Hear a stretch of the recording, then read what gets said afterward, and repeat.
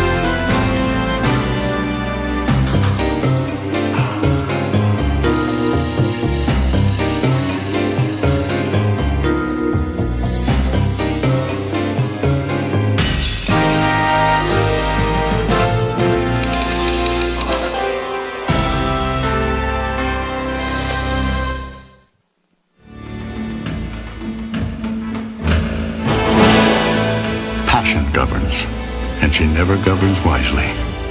The colonies are not to be emancipated. All men are created equal. Victory or death.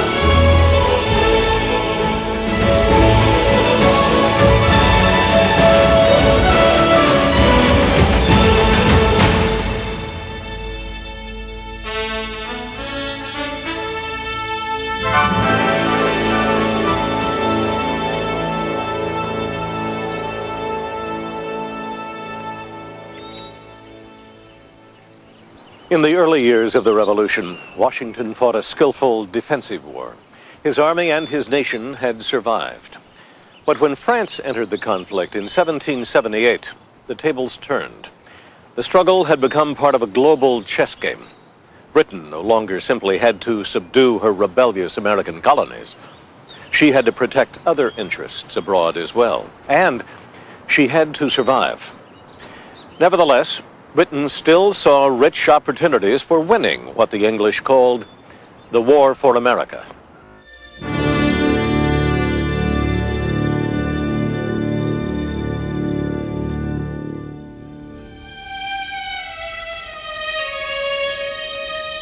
West Point was called, throughout the Revolution, the key to the continent.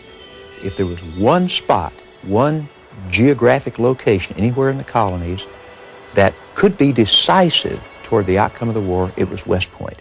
The British thought if they could control it, they would win the war. The Americans thought the same thing, that if the British ever controlled West Point, the Americans would lose the war.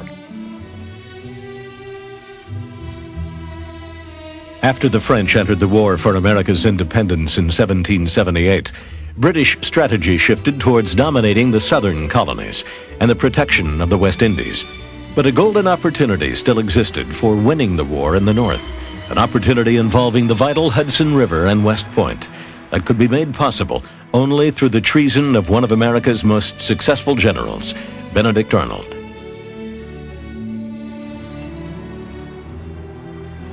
The Hudson River basically bisected the population. Half the Americans lived to the east, half lived to the west. The Hudson runs directly north out of New York City. The Americans couldn't cross it. There were no bridges. It was a completely unfordable river. In the face of a British Navy, if the British Navy had been able to run up and down the Hudson River, they would have effectively cut the colonies in two. Trade would have been cut off. Washington could not have maneuvered his army. About 50 miles above New York City, a point of land reached out into the river from the western shore, West Point, the future site of the world's premier military academy. Just above West Point lay Constitution Island, jutting out into the river from the east. As it goes around West Point, the river makes two 90-degree turns in a very tight area. And the river is at its narrowest point there. A sailing ship in that day and age couldn't sail around West Point. Warships or trading ships, when they got to that point, would have to stop, get a rowboat out front with sailors, and pull itself around the point.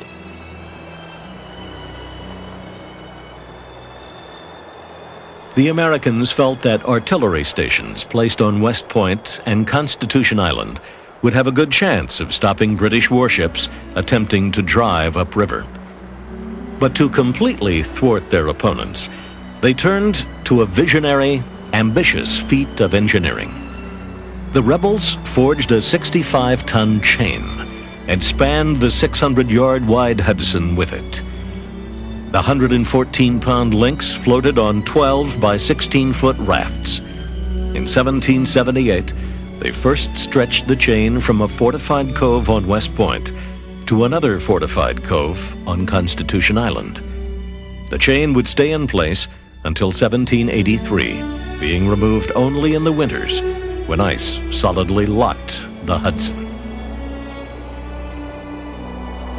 At either end of the chain, they put artillery pieces, so a ship trying to be towed up would snag on the chain, and the artillery at almost point-blank range right there would blow it to bits. Then to protect that, they built a series of forts in a circle. Then to protect those going farther up in the mountains, they built another ring of forts. So you have several concentric rings of defenses. Made that complex in the war of that time impregnable. But that which could not be attacked from without might be attacked from within. In May of 1779, Benedict Arnold covertly contacted the British High Command in America and offered his cooperation on some unspecified plan that could cause the fall of the rebel government. But the seeds of his treason had been germinating for several months, and during the next year, they would continue to grow. After the British gave up Philadelphia in 1778 because of France's entry into the war, Arnold, the wounded hero of Saratoga, became that city's military commander. Although never known as a wealthy man, he proceeded with plans to buy this residence, the country estate of Mount Pleasant, one of the finest mansions in America. While he was there, he met and married Peggy Shippen, a very young, vivacious, outgoing young lady who had connections with the British. Her family was a loyalist family.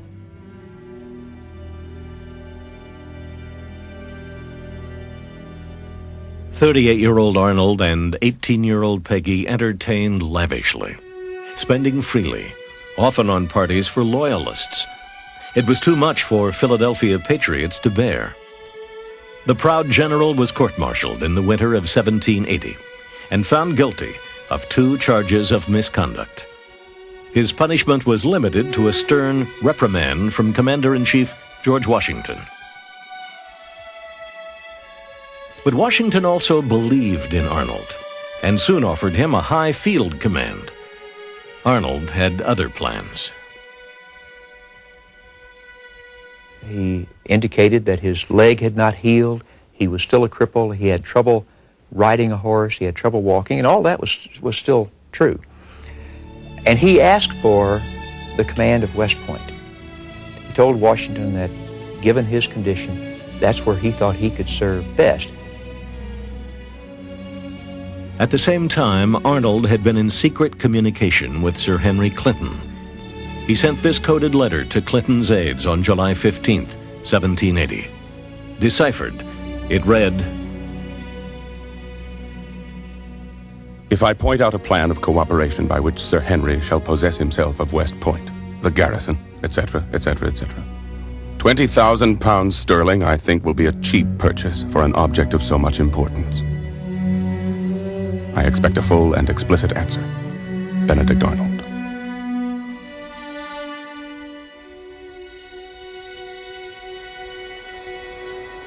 Two and a half weeks later, on August 3rd, 1780, Washington made Arnold the commander of West Point, the key to the continent.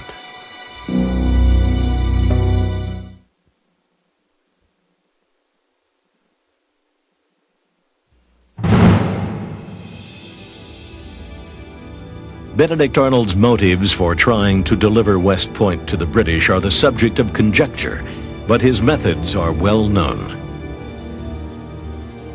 Arnold systematically weakened the post at West Point by sending troops off on all sorts of detached service. A lot of the garrison, of course, was already in encampments outside of West Point. Other troops were sent up the river to look for wood and other supplies, so the garrison was really under strength. Arnold's plan was designed that West Point would be at its absolute weakest when the British attacked.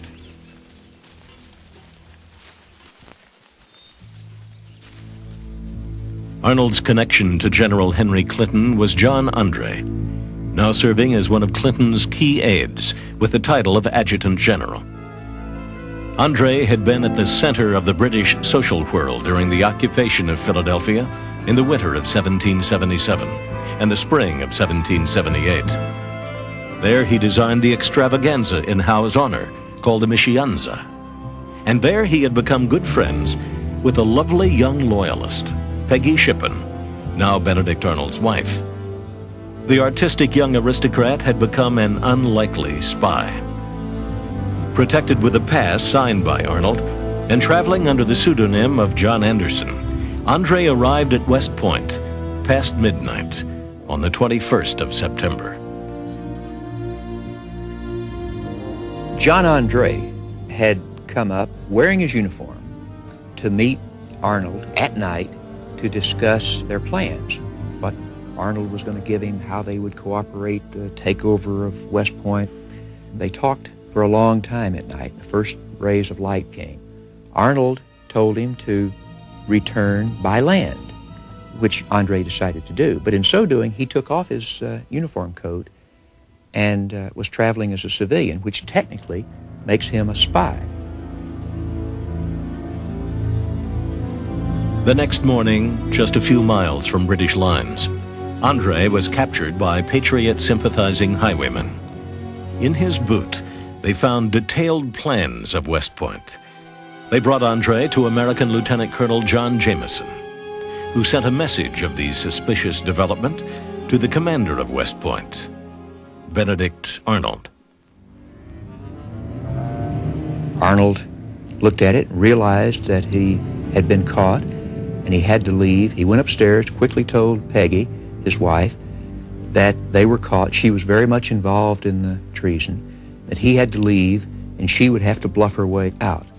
He went down to the river. He had a barge with soldiers that rowed him when he would go across to West Point.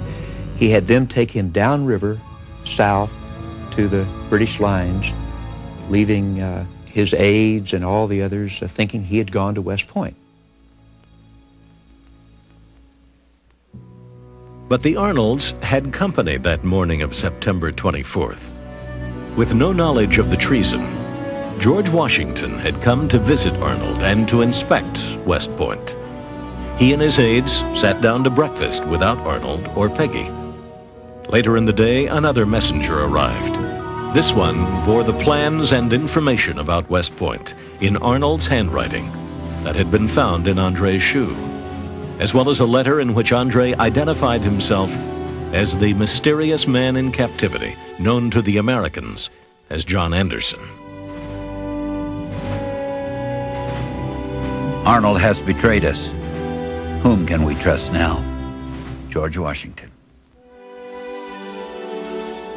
Peggy, who has known that Arnold was a traitor and now knows that Washington knows, starts having hysterics upstairs. She begins to cry that there's a hot iron on her head and they're going to take her baby away from her. She was either truly in the grips of hysterics or she was one of the best actresses going, because when Washington, who had known her as a young woman, he had known the family, went up to see her, she convinced him that she was a very innocent person, that Arnold had been in that by himself, so he let her and the baby go in a carriage with his permission back to Philadelphia to her family. Washington increased security at West Point, and its capture by the British was averted. John Andre was sentenced to death by hanging. The day before his execution, Andre drew this self-portrait. British General Henry Clinton tried to bargain for Andre's release, but Washington would accept only one man in exchange, a man that Clinton refused to give up, Benedict Arnold. I am reconciled to my death, but I detest the mode. John Andre, moments before his death. While waiting and standing near the gallows, I observed some degree of trepidation, placing his foot on a stone and rolling it over, and choking in his throat, as if attempting to swallow. Dr. James Thatcher. Andre, dismissed by many as an aristocratic dandy, impressed those who witnessed his death by his quiet courage.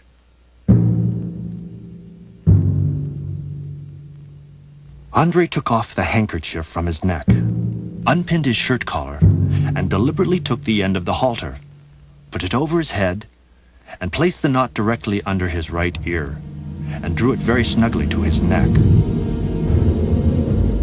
He then took from his coat pocket a handkerchief and tied it over his eyes. In a few moments, he hung entirely still, a witness at Andre's execution. The British were very bitter about this and said that no European state would have treated him as a spy. He was a negotiator. But it's a very marginal thing, and one can't but understand why Washington took a different line, and having convicted him of spying, hanged him. He was in civilian clothes in enemy territory, and had been negotiating, of course, with a traitor, not with the American commander. André's body was eventually returned to England and entombed with British heroes at Westminster Abbey. His counterpart in America's most infamous treason would never be so revered by the British. The British viewed Arnold, when he arrived from his treason, with the sort of mixed feelings that one accords to a traitor, even if he's somebody else's traitor. If he can do that to them, may he do it to you. Treason by a committed revolutionary was in a way suspicious in itself. They made him a brigadier general and gave him a command in the Chesapeake at one time, but he never did a great deal, and was never, I feel, really trusted by the British. George Washington and Benedict Arnold. Both are leaders. They both, by virtue of their ability, do very well. They both suffer setbacks. They both have criticism to go with their laurels. The one with character, as he becomes more famous and is subject to more criticism, grows stronger and stronger and becomes eventually the father of his country. The other, under criticism and in the light of fame, grows weaker and weaker and eventually becomes a man without a country. The name Washington is loved, revered. The name Arnold is synonymous with treason.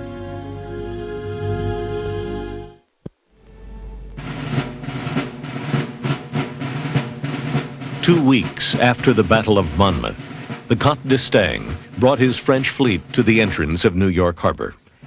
Much of Clinton's army had boarded British ships under the command of Admiral Black Dick Howe, the brother of General William Howe. D'Estaing refused to attack the smaller British fleet for fear his large ships would be unable to negotiate the channel at Sandy Hook. Nearly a month later, as the two fleets finally prepared to meet off Newport, Rhode Island, a violent storm scattered the ships. The next time the great fleets would meet would be in the Sugar Islands of the Caribbean. But these were not the first sea encounters of the Revolutionary War. For although the American leaders had the resources to build only a fledgling navy, they knew of another way to motivate seamen.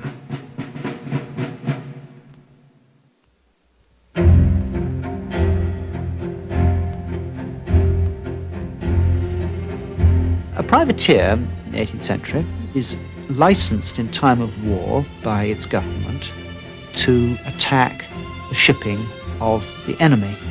If you're a ship owner, perhaps your ordinary trade has been stopped by war, you've got a nice fast ship, you arm her if she isn't armed already, you cram her full of men, and you send her out to cruise in the likely track of the enemy shipping. The 18th century took it for granted that profit and patriotism went hand in hand. People didn't send privateers to sea for amusement. They sent them to sea in the expectation or in the hope of making money. During the course of the war, nearly 2,000 sea-raiding American ships took an $18 million toll on British commerce. It is by cutting off supplies, not by attacks, sieges, or assaults, that I expect deliverance from enemies. John Adams.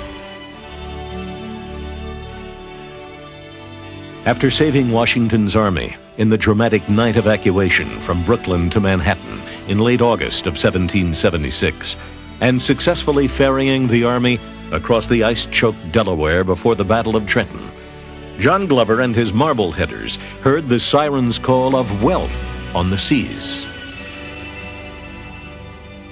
Glover's regiment pretty much disappeared. They all went home to Marblehead and signed up on privateers because that was how you could make a fortune in the Revolution. And in fact, Washington frequently bemoaned the fact that he was having trouble recruiting men because half of New England was out on ships raiding British commerce and making a bundle. The Scotch-born seaman Captain John Paul Jones was part of the small official Continental Navy, but he still kept prizes like the privateers. His career is short but very spectacular. This is the period before France has entered the war. The main successes of people like John Paul Jones was not actually that they captured lots of ships, but they had a tremendous public relations impact. And they did a huge amount to establish the rebel cause as being a serious one, at the point when the rebels are desperate for foreign support, desperate to persuade the French and others that they're a cause worth supporting. Robert Morris, the so-called financier of the Revolution, kept the Continental Navy afloat through his fiscal wheeling and dealing. Jones wrote him a letter in 1776 that clearly articulated his formula for a successful navy. The common class of mankind are actuated by no nobler principle than that of self-interest. Enlist the seamen and give them all the prizes.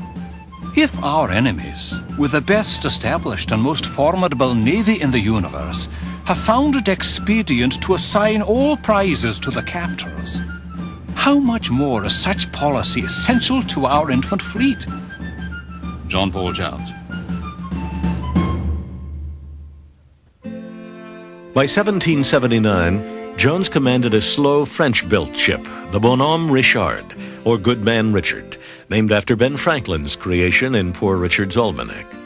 Franklin and Jones were friends, and the old diplomat gave the young sea captain many ideas for specific raids that would have the greatest propaganda values. In the Bonhomme Richard off the coast of England, Jones attacked a British convoy and achieved his most legendary success. He just managed to capture the Serapis, the frigate which commanded the convoy escort, just in time because his own ship actually sank under him in the course of the action. It was during this desperate engagement that Jones supposedly shouted the line that became a symbol of dogged tenacity: "I have not yet begun to fight." It was a famous victory, of course, and it made tremendous newspaper headlines and a great sensation. From the strictly military point of view, it was a failure because the convoy got away. But from the psychological and political point of view, which was really what mattered at that point to the rebels, it was a great success and a very important one.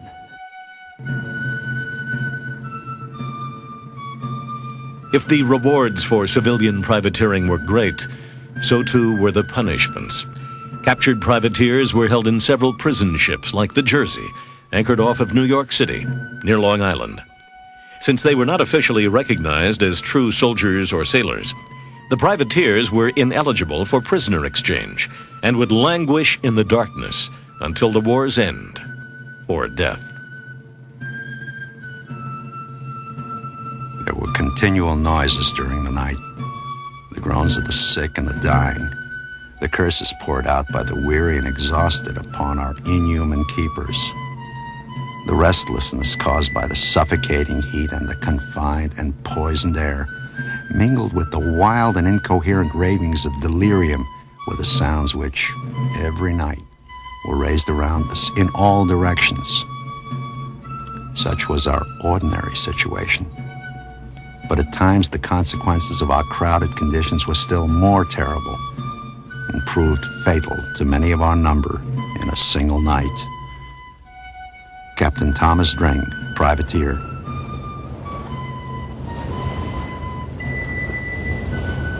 Nearly 11,000 Americans died aboard the Jersey and similar vessels off Long Island during the war.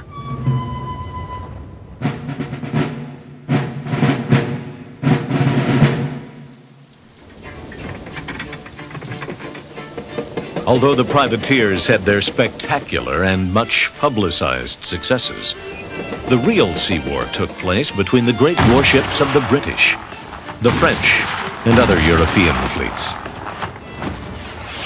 In the Western Hemisphere, their principal theater of conflict was the Caribbean, known as the West Indies.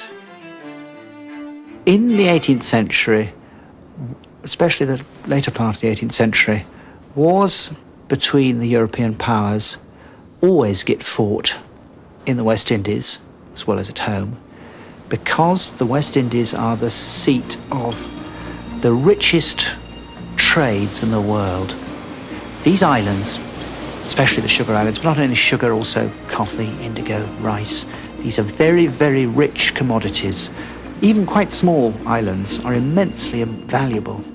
There's Guadeloupe. It's only 50 miles across, but it's the single richest colony in the whole world. There was no question that in financial terms, Guadeloupe was worth 10 times as much as the whole of Canada. What is Canada in the 18th century? It's a vast frozen waste. It's nothing but snow and beavers. In money terms, there's simply no contest. Guadeloupe wins hands down. The war had its own rhythm based on the seasons. And the campaigning seasons in the West Indies tended to be complementary to those in North America. During the summer, which was the prime campaigning season in North America, was the hurricane season of the West Indies. In winter, when it was difficult to fight in North America, was the prime campaigning season in the West Indies. So fleets and armies shuttled back and forth between North America and the West Indies, depending on the seasons. For 4 years after d'Estaing sailed to New York, the British and French fought over the islands of the West Indies, so rich in commodities those countries treasured. Some of the islands were captured, lost, and recaptured by the warring nations. Tens of thousands of European soldiers swarmed over rich and strategically important islands. Spain joined the war in 1779 on the side of America and France.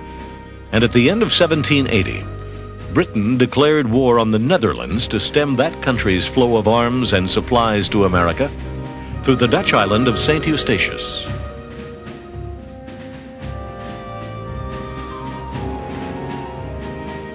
In the early stages of the rebellion, the Dutch were the suppliers of gunpowder and guns and munitions, and they were supplied via some of the Dutch West Indies, above all the island of St. Eustatius. And so long as the Dutch were neutral, it was very difficult for the British to stop them. The only certain way of stopping the Dutch shipping supplies to the rebels would have been to declare war on the Dutch and make them enemies. And in the end, in fact, that was what the British did. It would be the combined naval strength of the French, the Spanish, and the Dutch that would finally overcome Britain's naval superiority. The American problem has, from this point on, has receded to the background. From the point of view of the British government, and even more from the point of view of the French and Spaniards, this is a real serious war against first-class enemies. And what happens in the colonies on the other side of the Atlantic is a subsidiary issue. The goals of empire and the war spread far beyond America and the West Indies. In fact, the European powers continued to do battle over colonial prizes for 2 years after the fighting had ended in America. And the final shots of the war that had begun at Concord and Lexington were fired near Cuddalore, off the coast of southern India, in a battle that guaranteed Britain control of India in the 19th century.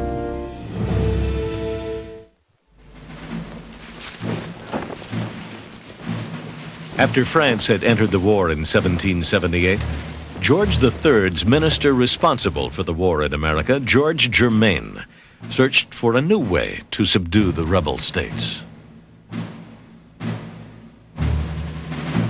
Clearly, the attempt to do it by crushing New England hadn't worked.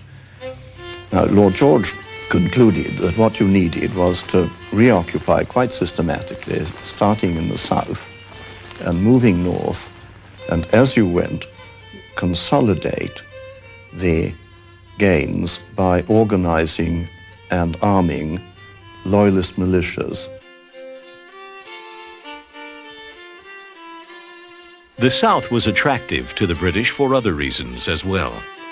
In order to effectively wage war in and control the West Indies, they felt they needed naval bases in the southern colonies.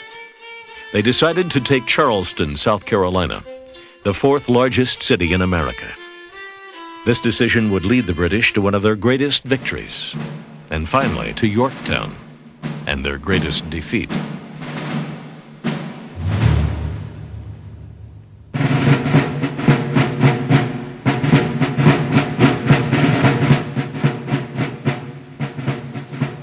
The first step in the British plan to subdue the South and gain Charleston involved the taking of the smaller port city of Savannah, Georgia. They accomplished that goal nearly effortlessly on December 29, 1778.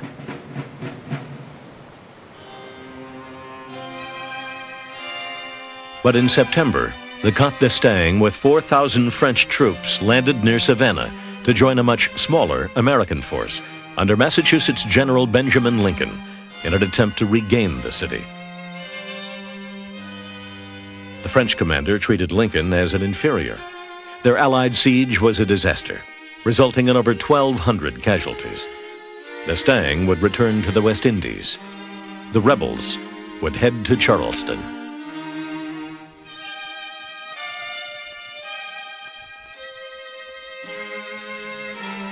To Charleston with fear the rebels repair. D'Estaing scampers back to his boats, sir, each blaming the other, each cursing his brother, and may they cut each other's throats, sir. A Loyalist Ballad, 1779.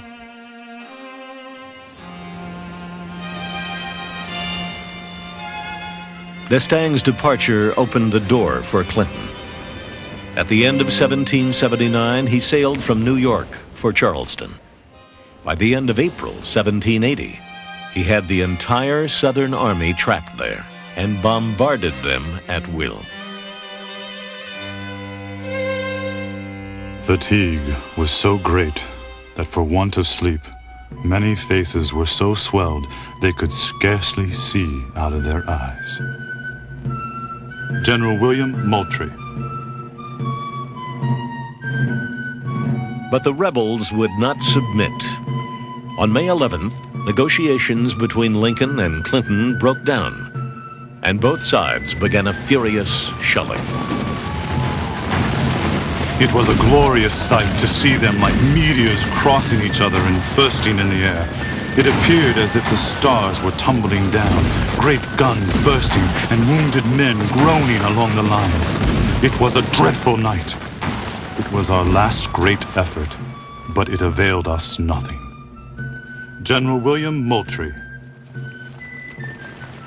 It was the largest rebel surrender of the war, the 2,500-man Southern Army and 800 militia. The Charleston expedition was originally mounted as part of a global strategy which was all directed against the French and Spaniards and was looking at the West Indies. But it was so successful that it persuaded the cabinet, British cabinet, to put a big army there. And I think this was a mistake. I think Cornwallis's troops might have been employed in a decisive theatre, the West Indies say, instead of which they set off gallivanting around the back country of the Carolinas, doing no particular good to the British cause, and in the end getting themselves into disastrous trouble.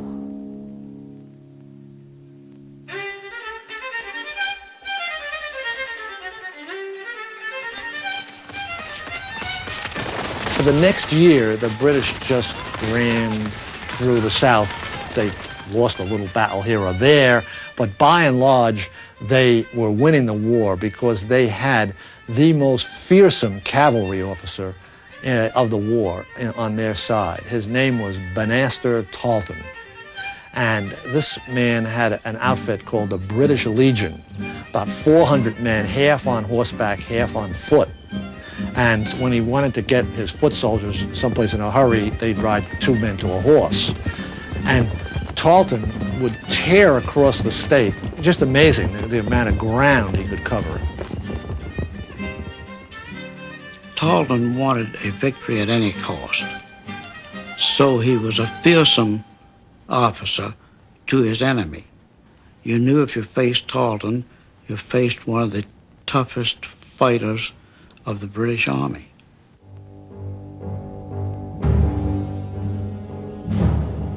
Bannister Tarleton, the Green Dragoon, secured his fame forever when he and his British and Loyalist Legion came upon an American party in the North Carolina area known as the Waxhaws. He ignored their attempt to surrender and butchered them with saber and bayonet.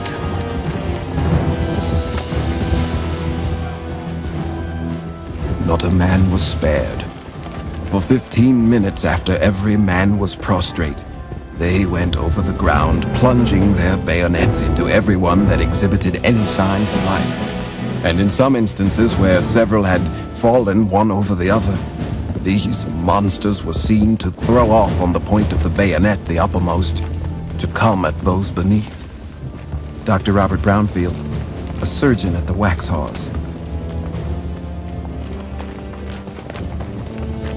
Henceforth was known in that part of the world as Buddy Tarleton, a man who gave, quote, Tarleton's quarters, quote, and often referred to as the Butcher Tarleton.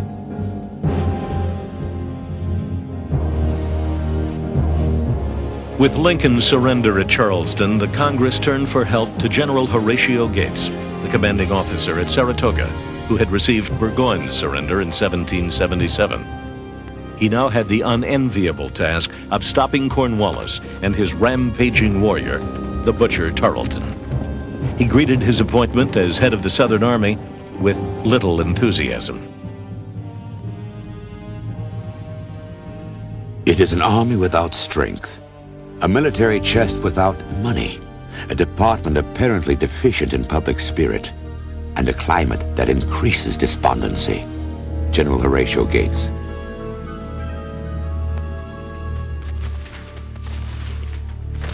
In mid-August, the Southern Army under Gates met the British, commanded by Lord Cornwallis, near Camden, in South Carolina. The British infantry, aided by Tarleton's legion, routed the Americans. Then Tarleton and his men chased the fleeing rebels through woods and swamps. Gates was among the swiftest in retreat. His actions would lead to his recall. It's where his reputation gained at Saratoga was erased by his defeat. And it was, in a sense, the final step in the British control of that part of the country. In the north, Washington had plenty of problems of his own. His army was grossly undersupplied and nearly starving. Just 4 days after the Battle of Camden, he wrote Congress. On the whole, if something satisfactory be not done, the army must either cease to exist at the end of the campaign, or it will exhibit an example of more virtue, fortitude, self-denial, and perseverance than has perhaps ever yet been paralleled in the history of human enthusiasm. George Washington. With South Carolina lost and the Southern Department of the American Army in disarray, Cornwallis was poised to subdue the entire South and then join Clinton against a weakened Washington. Lord Germain's plan of conquest was working. To arrest the British juggernaut, the rebels needed a general to match Cornwallis and a warrior to match Tarleton. Fortunately for the American cause, Washington had them. While Cornwallis unleashed his devastating raids in Virginia, the British commander-in-chief Henry Clinton began to fear an American and French assault on his army in New York. So he decided that Cornwallis should go to Virginia's Yorktown Peninsula to await transport north to New York by the British Navy. That decision would lead to the final chapter of a long war and cost England the American colonies.